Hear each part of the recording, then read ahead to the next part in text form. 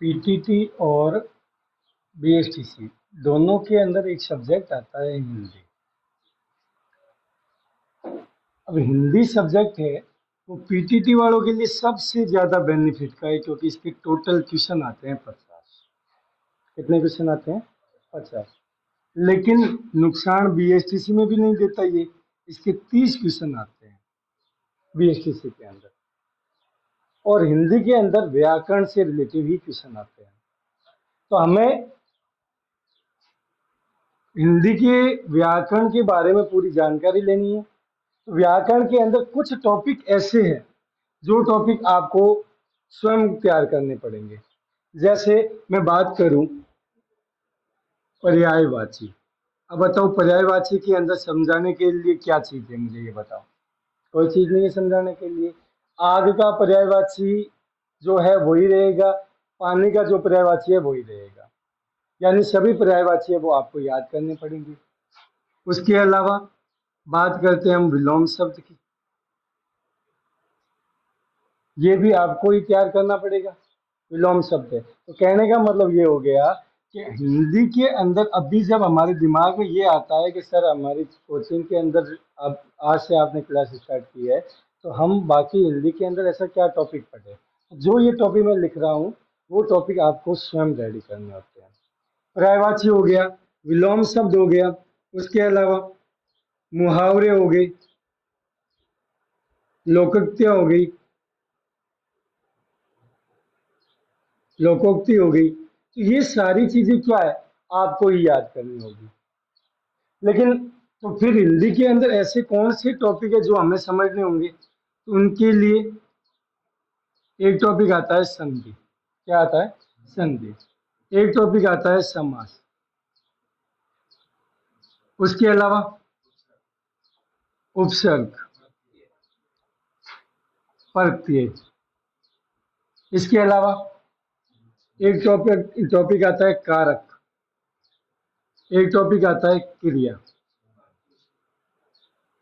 क्रिया और इसके अलावा हाँ वो आ जाता है शब्द विचार के अंदर। शब्द विचार के अंदर हम बात करेंगे तो पूरे की पूरी बातें करेंगे, जिसके अंदर संज्ञा भी आएगी, सर्वनाम भी आएंगे, विशेषण भी आएंगे, तो ये सारी चीजें आएगी। उसके अलावा हम एक बात करेंगे वर्ण विचार की। वर्ण विचार के अंदर यानी उन वर्णों को हम डिवाइड करेंगे। और उसके अलावा वाक्य, वाक्य विचार के अंदर हम वाक्यों के बारे में डिस्कस करेंगे कि कौन सा संयुक्त वाक्य है और कौन सा मिश्र वाक्य है और कौन सा सरल वाक्य है। तो हम इन सारे चीजों के बारे में बात करेंगे। तो आज हम टॉपिक स्टार्ट करें हिंदी, तो लाइन टू लाइन ध्यान से पढ़ लेना। और मैं लगभग ये बात क्लियर कर देता हूँ कि कोई भी चीज पढ़ो, चाहे आप जीके पढ़ो, चाहे हिंदी पढ़ो, चाहे रीजनिंग पढ़ो, उनका एक नोट्स के तरीके से उन्हें तैयार करना चाहिए, ताकि जब भी टाइम मिले उसे वापस रिवीजन करना होता है। और मैंने कल भी यही बात बोली थी कि यहाँ से पढ़ के जाने के बाद घर पे कम से कम आपको 1 घंटे टाइम आपको देना है उसको रिवाइज करने के लिए, उसको दोबारा से रिवीजन करने के लिए। तो हम शुरू करते हैं हिंदी पोर्शन। तो मुझे पहले तो ये बताओ हिंदी, हिंदी क्या है? बात यहीं से शुरू करते हैं, हिंदी आखिर क्या है? कोई बताएगा हिंदी क्या है? हिंदी क्या है? भाषा है।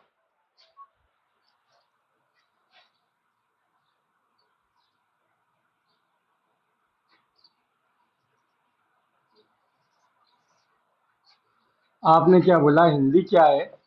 भाषा है। तो मुझे बताओ भाषा किसे कहते हैं? बात वहीं से शुरू हो जाती है कि आखिर भाषा किसे कहते हैं। कोई बताएगा भाषा कि भाषा किसे कहते हैं? वैसे हिंदी भी भाषा है, अंग्रेजी भी भाषा है, संस्कृत भी भाषा है। क्या विज्ञान भाषा है? क्या गणित भाषा है? नहीं, ये भाषा नहीं है। हिंदी, अंग्रेजी, संस्कृत, पंजाबी, मलयालम, मराठी, ये सारी चीजें क्या है? भाषा है। तो आखिर भाषा किसे कहते हैं? अपनी बात को दूसरे तक पहुंचाने का जो साधन है वही क्या कहलाता है? भाषा कहलाता है। भाषा है वो संस्कृत के भाष धातु से बना है। किससे बना है? भाष धातु से। और भास धातु से बना है जिसका अर्थ होता है व्यक्त वाणी, यानी बोलना। जिस लैंग्वेज इंग्लिश वर्ड हो गया जिसका अर्थ ही क्या होता है, भाषा। जिस माध्यम से आप कोई बात दूसरे तक पहुंचाते हो वो क्या कहलाती है, भाषा कहलाती है। तो हेडिंग लगाओ ऊपर हिंदी और उसके बाद हेडिंग लगाओ भाषा, और मैं परिभाषा बोलता हूं वो नोट करो।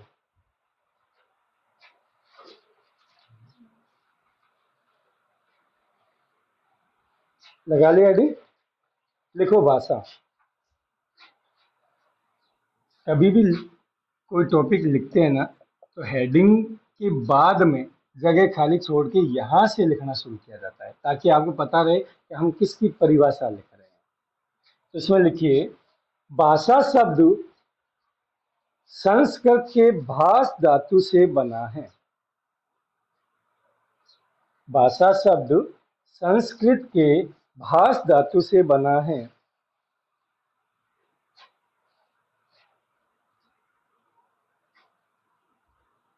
संस्कृत के भास धातु से बना है जिसका अर्थ बोलना या व्यक्त वाणी है।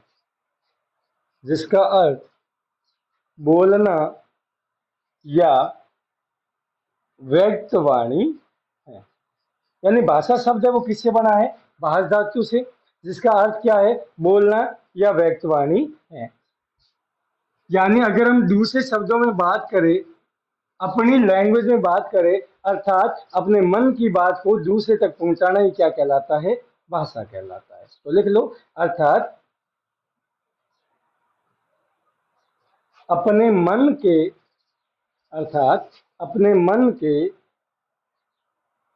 विचारों को,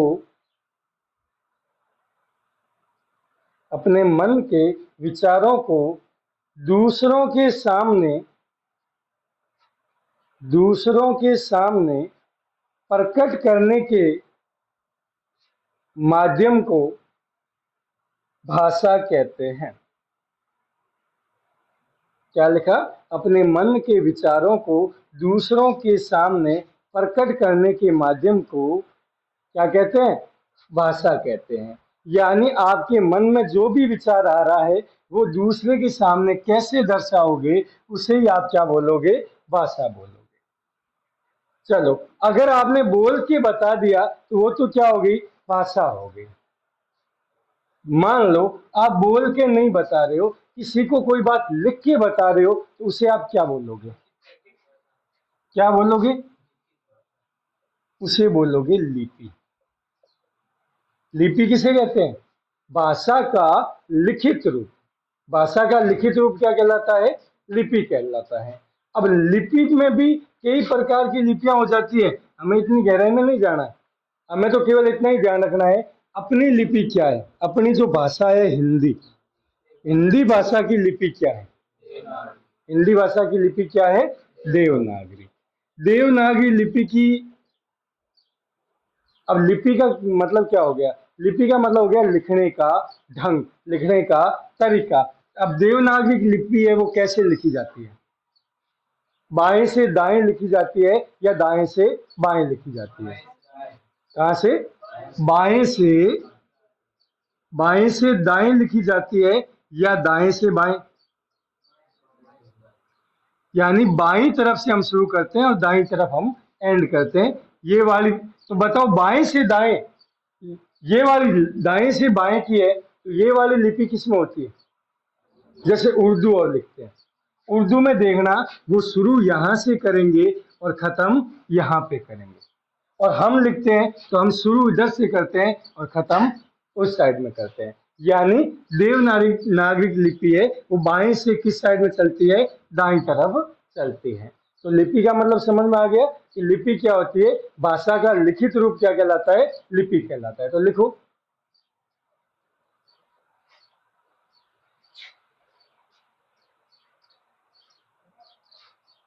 भाषा के लिखने के तरीके को, यानी किस तरीके से आप उसे लिख रहे हो, भाषा के लिखने के तरीके को लिपि कहते हैं।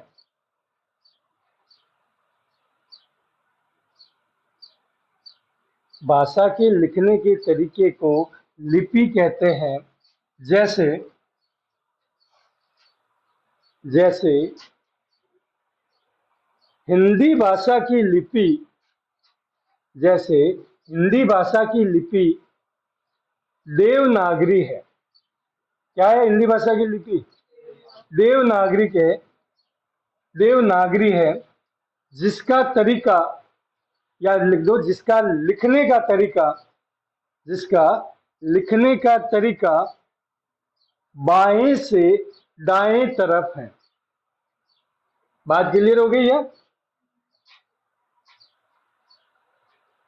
जिसका लिखने का तरीका बाएं से दाएं की और है, बाएं से दाएं तरफ हम लिखते हैं लिपि। अब आपने एक सुना होगा बोली। बोली किसे कहते हैं? ये वो बोली नहीं है जो अभी मंडियों में लग रही है, ये वो वाली बोली नहीं है। बोली बोली यानी, जैसे हिंदी तो हमारी भाषा होगी, लेकिन मारवाड़ी क्या है? ये हमारी क्षेत्रीय भाषा है, और क्षेत्रीय भाषा को क्या कहते हैं? बोली कहते हैं। क्या कहते हैं? बोली कहते हैं। तो यहाँ इसमें केवल इतना ही लिख दो कि भाषा का क्षेत्रीय रूप बोली कहलाता है। भाषा का क्षेत्रीय रूप बोली कहलाता है।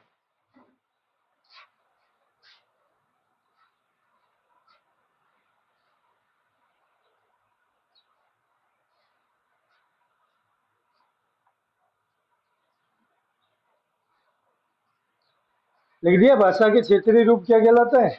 बोली कहलाता है। अब हम बात करते हैं भाषा की। चलो वापस भाषा पे चलते हैं हम, क्योंकि हिंदी हमारी क्या है? भाषा है, और इस भाषा को ही हमें एक्सप्लेन करना है, इस भाषा को ही हमें समझना है। अब मैं बात करूं भाषा को व्यक्त करने के रूप, यानी भाषा के कितने रूप होते हैं, यानी भाषा को आप कितने रूपों में व्यक्त कर सकते हो। किसी तक अपनी बात पहुंचानी होती है तो वो कितने रूपों में पहुंचा सकते हो? दो रूपों में। कितने रूपों में पहुंचा सकते हो? भाषा को व्यक्त करने के दो रूप है, एक लिखित और एक मौखिक। एक लिखित और एक मौखिक। लेकिन कई बार भाषा का एक तीसरा रूप और मान लिया जाता है, उसे बोलते हैं सांकेतिक। कौन सा रूप? क्योंकि तो मैन तो अगर आपसे पूछा जाए भाषा को व्यक्त करने के कितने रूप है, तो रूप तो कितने हैं? दो ही है। लेकिन ये तीसरा रूप आजकल पढ़ा जाता है, तो ये मान के चलना, या तो ऑप्शन में आपको दो मिलेगा या ऑप्शन में तीन मिलेगा, दोनों साथ में नहीं मिलेगा। दोनों साथ में मिलते ही हम ये इस पर रिट लगने के चांसेस बन जाते हैं। वजह ये, क्योंकि लिखित रूप हम जानते हैं, भाषा को किसी को अपनी समझानी है तो हम एक नोट पैड पर लिख के उनको पहुंचा सकते हैं, वो पढ़ के समझ सकता है, या हम बोल के कोई बात समझा सकते हैं। यानी मैं अभी यहाँ लिख रहा हूँ तो ये लिखी हुई बात आपको समझ में आ रही है, मैं बोल रहा हूँ तो मेरी बोली हुई बात आपको समझ में आ रही है। तो सांकेतिक बात वो बात हो जाती है कि अगर मान लो कोई बोल नहीं सकता है, तो वो अब इशारों से कुछ बातें, कुछ उनकी लैंग्वेज होती है, उस लैंग्वेज से, वो सिंबल से वो समझाते हैं, तो वो कौन सी भाषा हो जाती है? सांकेतिक भाषा। यानी भाषा का तीसरा रूप और हो जाता है, कौन सी भाषा हो जाती है? सांकेतिक भाषा। तो लिख लो इसके अंदर भाषा को व्यक्त करने के रूप कितने हो गए? दो। कौन कौन सा? लिखित और मौखिक। और ये अथवा करके लिख देना सांकेतिक।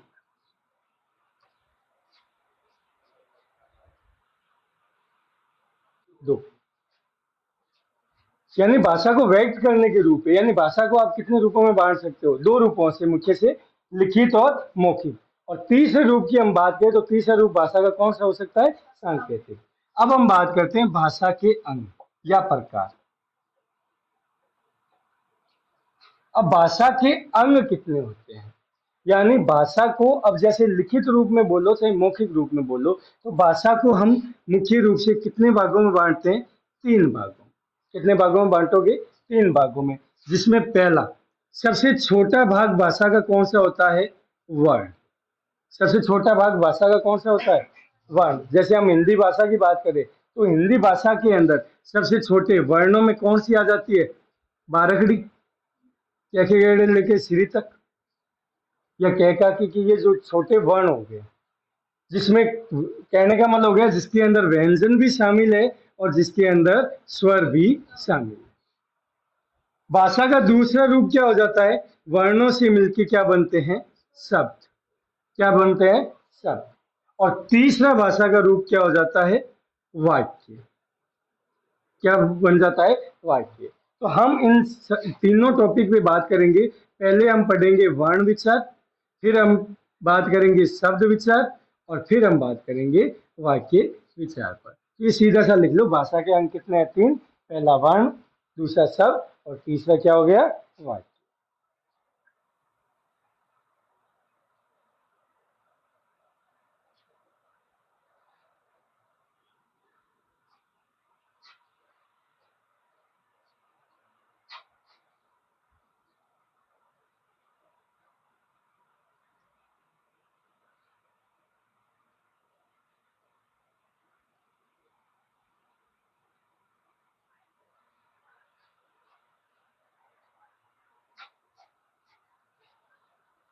यानी अभी तक हमने चर्चा की है कि हिंदी क्या होती है? एक भाषा होती है। हिंदी क्या होती है?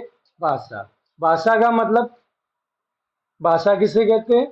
यानी अपने मन की वाणी को दूसरे के सामने प्रकट करने के लिए जो बीच में साधन होता है, माध्यम होता है, उसे क्या कहते हैं? भाषा कहते हैं। अच्छा, भाषा है वो संस्कृत के किस धातु से बना है?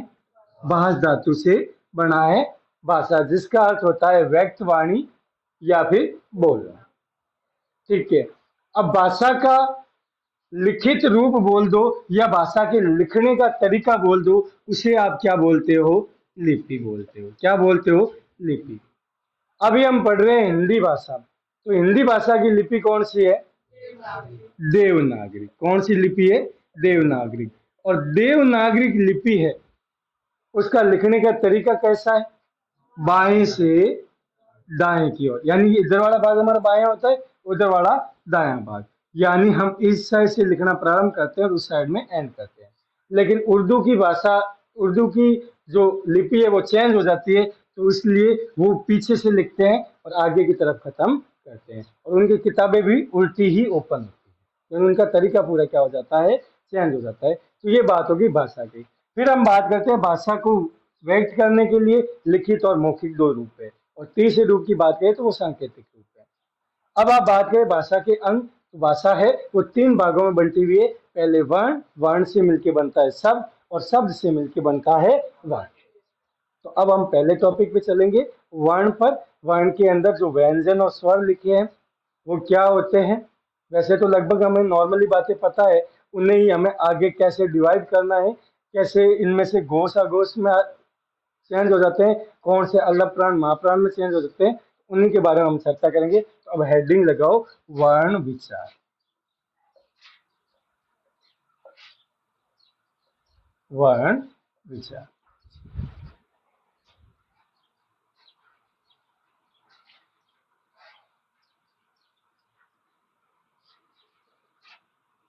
अब एक लाइन बता रहा हूँ, मान के चलना, उसमें से लगभग क्वेश्चन उठते हैं।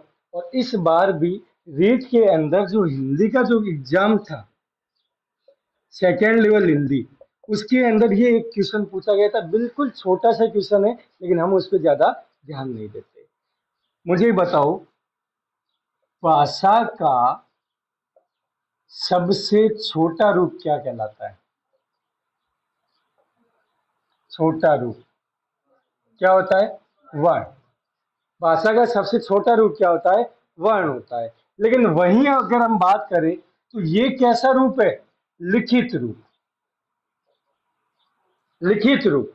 और वैसे ही अगर आपको पूछ ले भाषा का सबसे छोटा उच्चारित रूप कौन सा है,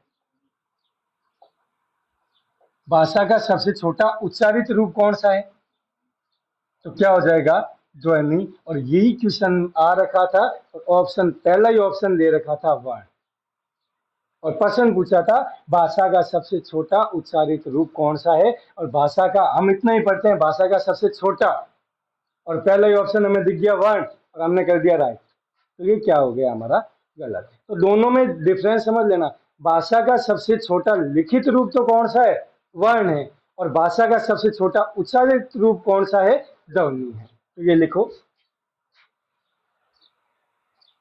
नोट डाल के लिख लेना, भाषा का सबसे छोटा रूप कौन सा है?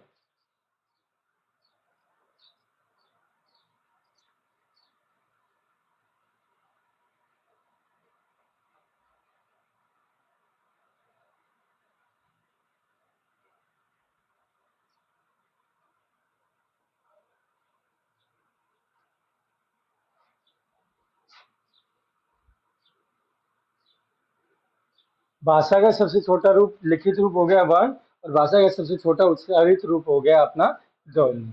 अब मैं वर्ण की बात करूं, तो वर्ण में कोई भी वर्ण आपको सामने है, क्या उस वर्ण का अर्थ होता है या नहीं होता है? जैसे मैंने एक शब्द लिखा मैंने आम, लिख दिया। ये शब्द ही तो है, दो वर्णों से मिलकर बना है। इसका अर्थ है कि नहीं? एक आम है, आम नाम लेते ही आपके दिमाग में एक ख्याल आता है आम का। वहीं अगर मैं बात करूं, जैसे के लिख दिया, अब कई बच्चे बोलेंगे सर के नाम लेते ही मेरे दिमाग में कैसे कबूतर आता है? अरे कबूतर खुद एक शब्द है। वो छोटी क्लासों के अंदर कै को रटने के लिए हमें पढ़ाया गया था, कैसे कबूतर, कैसे कबूतर। अभी हम इनको देखते, देखो छोटे बच्चों के सामने जैसे ही आप ये बनाते हो और वो पूछते हो कि ये क्या है, तो वो क्या बोलेंगे कि कैसे कबूतर है, वो यही बोलेंगे। लेकिन अभी जब जैसे ही आपके सामने मैंने बनाया ये, तो आप क्या बोलोगे? क्या ही बोलोगे? आपने पूरा ये तो नहीं बोला कैसे कबूतर, ये नहीं बोला, केवल क्या। यानी वर्ण का कोई अर्थ नहीं होता। वर्ण हमेशा क्या होता है? अर्थहीन होता है। वर्ण हमेशा क्या होता है? अर्थहीन। और शब्द क्या होता है? अर्थ। शब्द है वो अर्थ सहित होता है, और वर्ण हमेशा क्या होता है?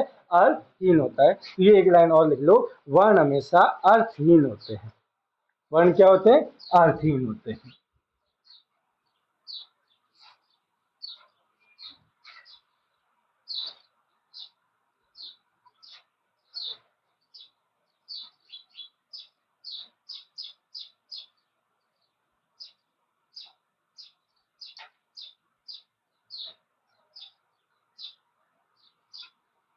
वर्ण के बारे में वैसे पता चल गया कि भाषा का सबसे छोटा रूप क्या कहलाता है?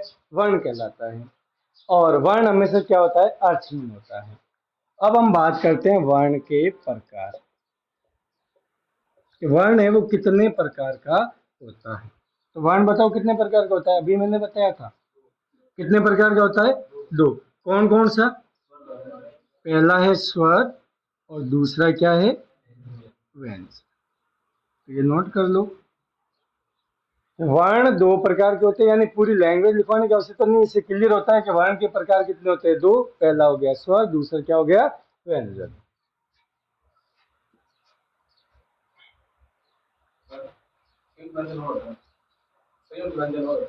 वो व्यंजन के अंदर ही काउंट होते हैं, वैसे वो व्यंजन ही है। स्वर और व्यंजन मिलके ही वो व्यंजन का प्रकार बनाते हैं। उसको केवल आप वर्ण काउंट नहीं कर सकते। संयुक्त व्यंजन है, उन्हें आप वर्ण कभी नहीं कह सकते। कह सकते हो क्या? क्षत्रिय त्रिशूल ज्ञानी श्री है, तो ये देखो क्षत्रिय बनता है के, श और ए। अब बताओ इसके अंदर कितने वर्ण हैं? ये वर्ण है, ये इन वर्णों से मिलके ही एक संयुक्त वर्ण बनता है। ये वर्ण इन्हीं व्यंजन का ही संयुक्त व्यंजन बनता है, ये अलग प्रकार हो जाता है। बाकी सीधी बात करें हम वर्णों की, तो वर्ण दो ही प्रकार के होते हैं, स्वर और व्यंजन। और वो व्यंजन में ये संयुक्त व्यंजन आ जाते हैं, तो जो इस प्रकार से बनता है। ठीक है, तो इनके बारे में व्यंजन की जब हम चर्चा करेंगे, तो इन सभी संयुक्त व्यंजनों के बारे में भी चर्चा करेंगे। क्षय त्रय ज्ञ ये किन किन से मिलके बने हैं, तो वो सारे के बारे में चर्चा करेंगे। अब हम बात करते हैं, सबसे पहला टॉपिक हमारा शुरू होता है वर्णों के अंदर भी कौन सा? स्वर। बताओ स्वर किसे कहते हैं? वैसे तो स्वर, बताओ स्वर कौन कौन से होते हैं? जो आपको 11 पढ़ाई थी के छोटी क्लासों के अंदर, ए आई, तो वो सारे क्या कहलाते हैं? स्वर कहलाते हैं। अब स्वर और व्यंजन में क्या डिफरेंस होता है वो ध्यान से समझ लेना। हम वैसे लिखते तो क है पूरा, लेकिन ये हमेशा क नहीं होता, क प्लस ए मिलके बनता है, तब जाके ये क बनता है कि नहीं बनता। यानी हम इसको व्यंजन वैसे लिखते हैं, लेकिन व्यंजन ओरिजिनल में कौन सा होता है? ये वाला। व्यंजन कौन सा होता है? के, जिसके नीचे हलंत। और व्यंजन को केवल अकेले बोला नहीं जा सकता, यानी कहने का मतलब क्या हो गया कि व्यंजन के अकेले कोई वैल्यू नहीं है। ये कै के नीचे हलंत है तो उसे आप कै नहीं बोल सकते, क्योंकि कै जब बोलते हो उसमें ए की मात्रा आती है। आती है कि नहीं आती? ए की ध्वनि आती है। यानी ऐसे वर्ण जिनको बिना किसी सहायता के बोला जा सकता है तो वो तो होते हैं स्वर, यानी ए आ। इनको जब बोलते हो तो आपको किसी और वर्ण की आवश्यकता नहीं पड़ती। लेकिन व्यंजन के अंदर अदर वर्ण यानी स्वर की आवश्यकता पड़ती है, तो वो क्या कहलाते हैं? व्यंजन कहलाते हैं। और जिनमें आवश्यकता नहीं पड़ती वो क्या कहलाते हैं? स्वर कहलाते हैं। तो लिखो इसकी परिभाषा स्वर की। लिखो, ऐसे वर्ण,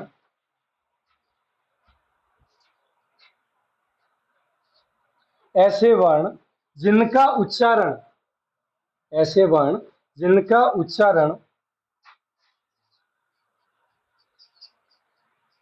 बिना किसी अन्य वर्ण की सहायता से, बिना किसी अन्य वर्ण की सहायता से किया जाता है, स्वर कहलाते हैं।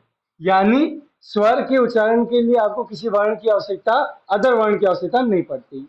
यानी ऐसा ही लिखा है आपने, वे ऐसे व्यंजन, ऐसे वर्ण जिनके उच्चारण में अन्य किसी वर्ण की आवश्यकता नहीं पड़ती, स्वर कहलाते हैं। अब बताओ स्वर कितने होते हैं? यह देख लो, स्वर 11 होते हैं। कितने होते हैं?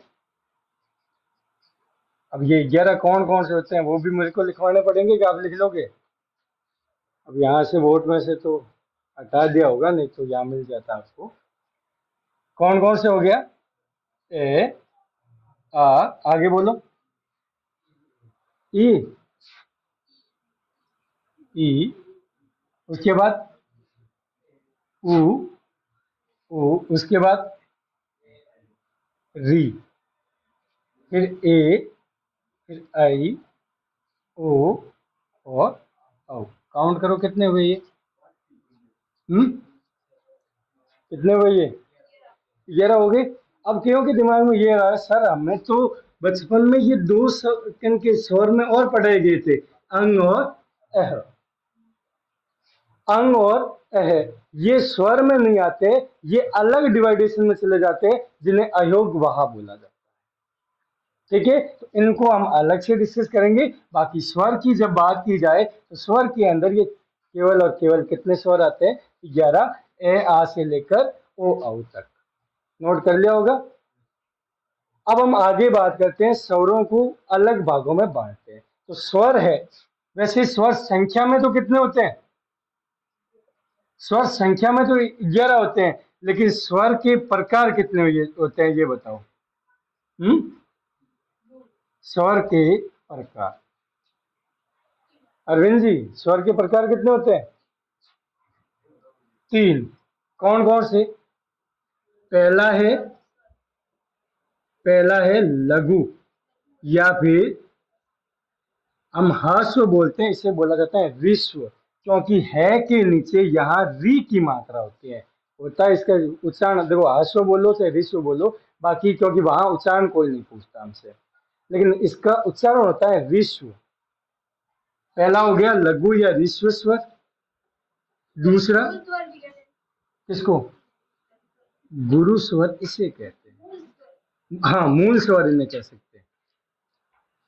मूल, लघु और विश्व, ये तीनों एक ही होता है। गुरु या दीर्घ स्वर, और तीसरा आपका कौन सा आ जाता है स्वर के अंदर? प्लुत स्वर। तीसरा कौन सा आ जाता है? प्लुत स्वर।